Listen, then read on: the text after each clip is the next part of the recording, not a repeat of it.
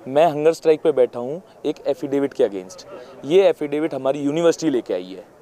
मैं जब election contest कर रहा था तो मैंने बच्चों को वादा किया था कि मैं इलेक्शन हारूं या जीतूं, लेकिन ये एफिडेविट वापस कराऊंगा।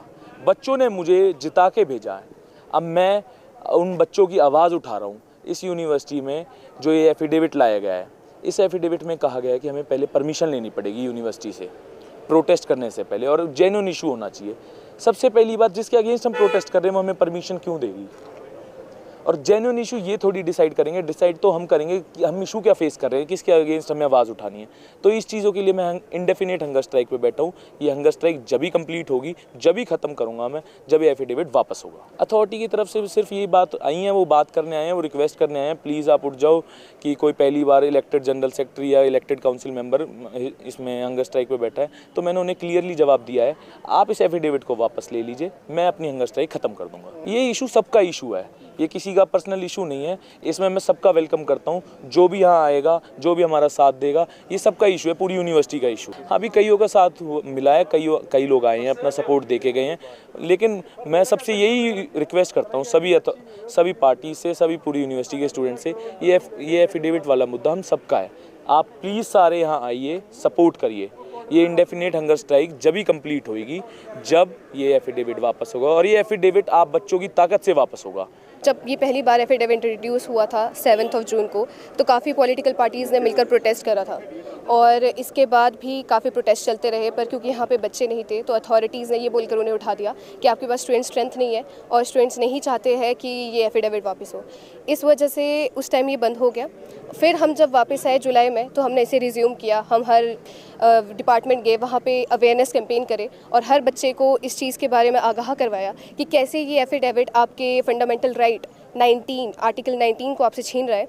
और इस वजह से हम लोगों के साथ आज एक व्हाट्सएप कम्युनिटी भी है, जिसमें कम से कम 1000 बच्चे हमारे साथ जुड़े हुए हैं। और इस वजह से ये सारे के सारे बच्चे आज after the stages of negotiations and resolutions जो हमने बाकी ऑर्गेनाइजेशंस के साथ मिलकर की, तो हमें आज ये प्रोटेस्ट करना पड़ा। इससे पहले हम लोगों ने काउंसिल मेंबर्स के थ्रू भी एक रेजोल्यूशन पास करवाया था।